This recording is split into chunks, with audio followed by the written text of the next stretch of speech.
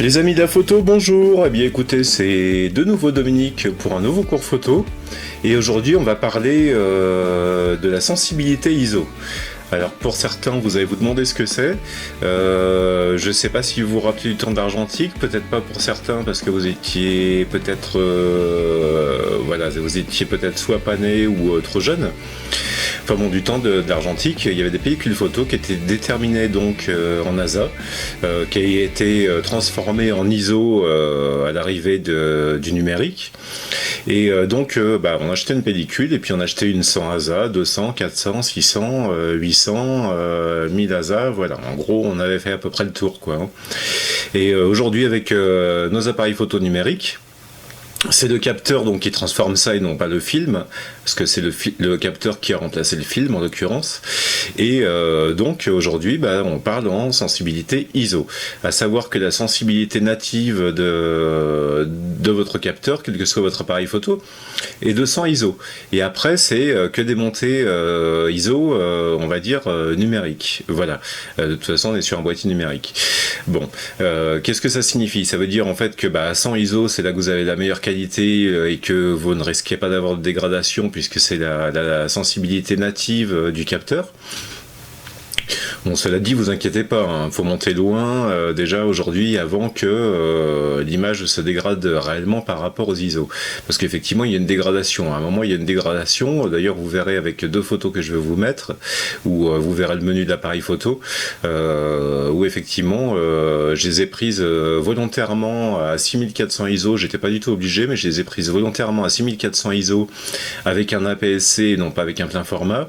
Pourquoi avec un APS-C un APS-C et non pas un plein format? Parce que le plein format, et comme son capteur est plus grand, en fait, il encaisse plus facilement les ISO et il peut monter plus loin aussi, plus facilement. Donc avec l'autre boîtier que j'ai en plein format, j'aurais pu monter à 12600 ISO quand je peux monter à 6400 avec l'APS-C. Donc le double en gros, quoi. Enfin, c'est pas en gros, c'est le double. Voilà, donc les ISO. Aujourd'hui, donc, vous allez rentrer dans le menu de votre appareil photo, voilà, pour pouvoir changer vos ISO, vos valeurs ISO. Alors, pourquoi les changer et qu'est-ce que ça peut vous apporter? En fait, ça va suivre les cours que vous avez vus avant, en l'occurrence sur le portrait. Et les ISO, qu'est-ce qu'ils vont vous apporter en fait?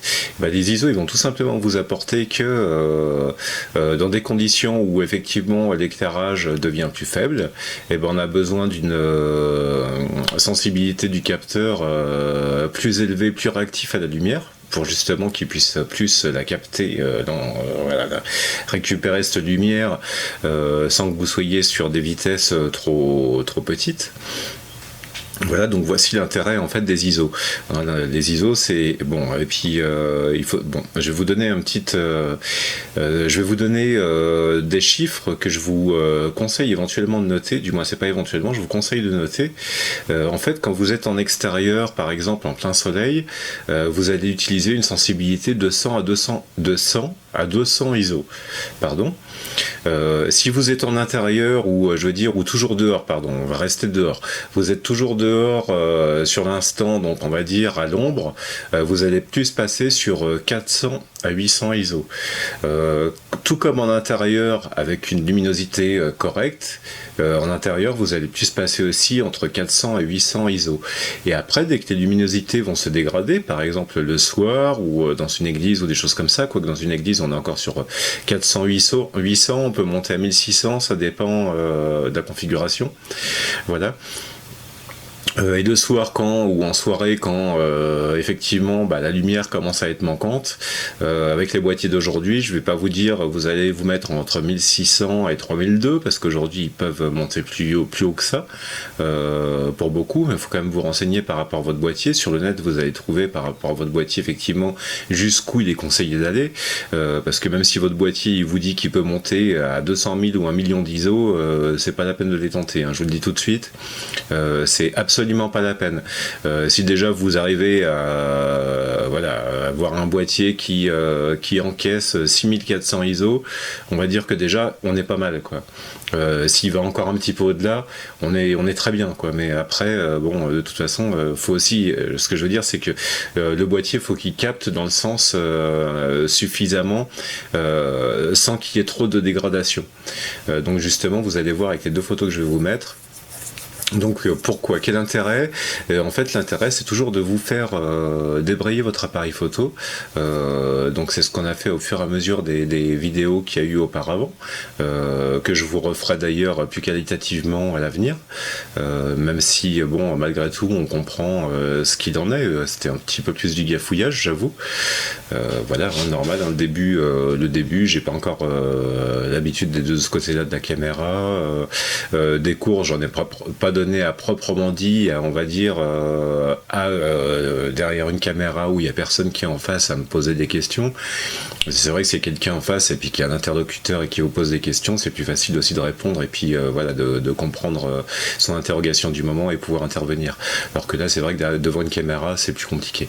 Voilà. Ok, alors donc je voulais vous donner des chiffres que je vais vous prendre, que j'ai noté exprès pour ne pas vous trompiez. Donc je vous disais, alors en extérieur, en plein soleil, on va être plus souvent, en plein soleil en journée, on va être plus souvent à 100 ISO, quoi. 100-200 ISO, même si c'est pas le meilleur moment pour faire des photos, parce que le meilleur moment effectivement ça va être le matin et le soir, ce qu'on appelle les heures bleues, enfin bon voilà, mais ça n'empêche pas que vos boîtiers vous pouvez faire des photos, vous n'avez pas vous prévu de faire des photos de vos enfants, de votre famille, de je ne sais quoi, parce qu'on est en pleine journée et que c'est pas le meilleur moment. Voilà. Donc en plein soleil, 100-200 ISO, vous allez vous mettre un peu plus à l'ombre, vous allez plus passer entre 400 et 800 ISO, on va dire. En intérieur, un intérieur bien lumineux, ça va être pareil, ça va être plus dans les 400-800 ISO, donc que je vous disais. Et puis le soir, en soirée, après ça dépend du boîtier que vous avez, on va dire entre 1600 et 3200 ISO pour un boîtier un petit peu vieux, un petit peu âgé. Quand je dis un petit peu âgé, ça va être de l'ordre de 7-10 ans, ok. Si vous avez un boîtier moderne d'aujourd'hui, je veux dire acheté en 2019 ou fin 2018, normalement vous pouvez monter en soirée à des valeurs à 6400 ISO. Alors vous verrez dans le menu, de toute façon je vais vous faire voir la photo. Alors dans la première photo, je vais vous faire voir effectivement que c'est dans le menu, effectivement. Alors attendez, hop, j'ai noté exprès pour ne pas faire de gafouillage, que je me trompe pas. Toc, toc, toc, toc, toc. Forcément, c'est sur la page d'avant, comme je ne l'ai pas suivi jusqu'à présent. Ok. Donc, ok.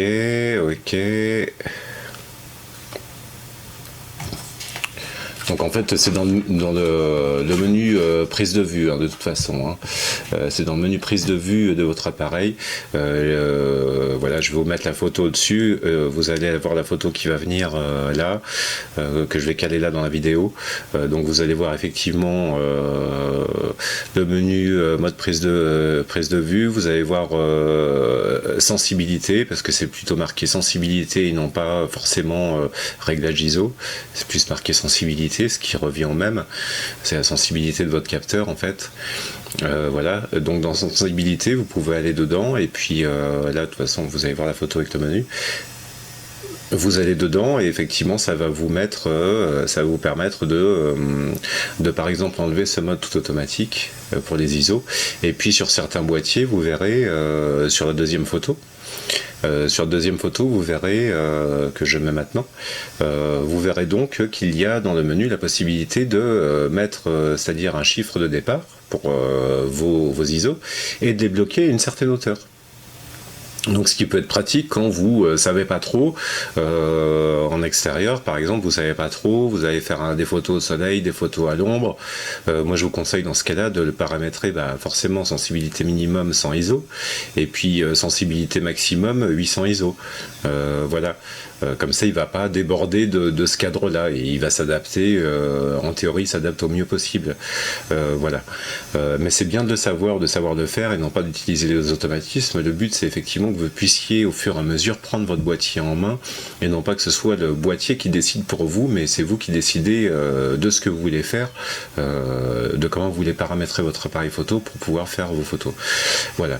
Donc pour ce deuxième cours, c'était ça, on parle des ISO, la sensibilité ISO. Voilà, donc suite à ce cours-là, effectivement, le cours qui viendra la prochaine fois et qui rejoindra donc la sensibilité ISO, mais pas seulement, parce qu'il rejoindra sensibilité ISO, ouverture de diaphragme et vitesse d'obturation. D'accord. Donc en fait, sur le prochain cours, on sera sur le triangle d'exposition, parce qu'il faut que vous sachiez le triangle d'exposition. Là, c'est vrai que je vous saute un petit peu des étapes. C'est vrai qu'en théorie, il est mieux de voir le triangle d'exposition avant ce que je vous ai fait voir auparavant. Mais pour moi, le but, comme pour vous, j'imagine, c'est de prendre votre matériel en main et de pouvoir l'utiliser tout de suite. Voilà. Ça n'empêche pas qu'il y a des notions qui sont fondamentales qu'il faut apprendre, et donc c'est pour ça que sur le prochain cours, ça sera le triangle d'exposition. Et bien sur ce, pour ce troisième cours, donc, je vais vous souhaiter, j'espère que vous avez compris. J'espère que vous aurez compris à quoi ça sert la sensibilité ISO. Voilà. Et puis, j'espère surtout que vous allez essayer de l'utiliser pour voir ce que ça fait. Et vous allez voir les deux photos que j'ai prises. Vous avez vu les deux photos que j'ai prises. Vous avez dû voir en haut des photos. On voit bien mon boîtier, on voit bien mon appareil photo qui domine comme ça là dans le voilà. Et on voit au-dessus comme ça là les dégradations, donc les points en fait numériques là qui arrivent. Et pourtant je suis à 6400 ISO, chose qu'il est capable de gérer, qui gère plutôt pas trop mal. Et effectivement, bon après vous en êtes peut-être pas là, mais quand on utilise après un logiciel effectivement pour faire du post-traitement derrière, et en fait ces 6400 ISO, on arrive tout à fait à bien nettoyer tout ça, à mettre tout ça plus propre et à bien réexploiter cette photo. Même si à 6400 ISO, elle est parfaitement exploitable telle qu'elle est là. Mais bon, c'est vrai que quand c'est pour des clients ou quelque chose comme ça, on essaye effectivement de donner quelque chose de plus qualitatif, donc d'éviter ces bruits numériques désagréables, du moins désagréables. Aujourd'hui, c'est devenu désagréable parce qu'aujourd'hui, on veut que les photos soient bien lisses et tout aseptisées. Du temps du numérique, on se retrouvait souvent avec ce grain, voilà, on se retrouve avec du grain aussi. Qui est un peu la même chose, qui se rejoint en fait dans l'idée, mais qu'on acceptait plus facilement avant. Aujourd'hui, c'est vrai qu'on veut que tout soit complètement lissé et on laisse plus de place justement un petit peu on va dire à la créativité, à choses comme ça, parce que ça peut aussi en faire partie. On peut en jouer aussi pour certaines choses, en l'occurrence pour l'arrière-plan, comme vous voyez mon boîtier là, si vous revoyez les photos, quand on voit mon boîtier, il est net, on ne le voit pas trop dégradé. Ce qu'on voit plus dégradé, c'est l'arrière-plan. Donc l'arrière-plan, à la limite, c'est pas ce qui prime. Ce qui prime, c'est effectivement que vous voyez mon écran et que vous voyez ce qui se passe. Voilà. Ok. Les petits photographes, les amis de la photo, je vous souhaite une bonne journée, une bonne fin de journée, et puis d'étudier un petit peu ça. Et puis on se revoit pour un prochain cours, donc vendredi, sur le triangle d'exposition. Merci, bonne journée à tous.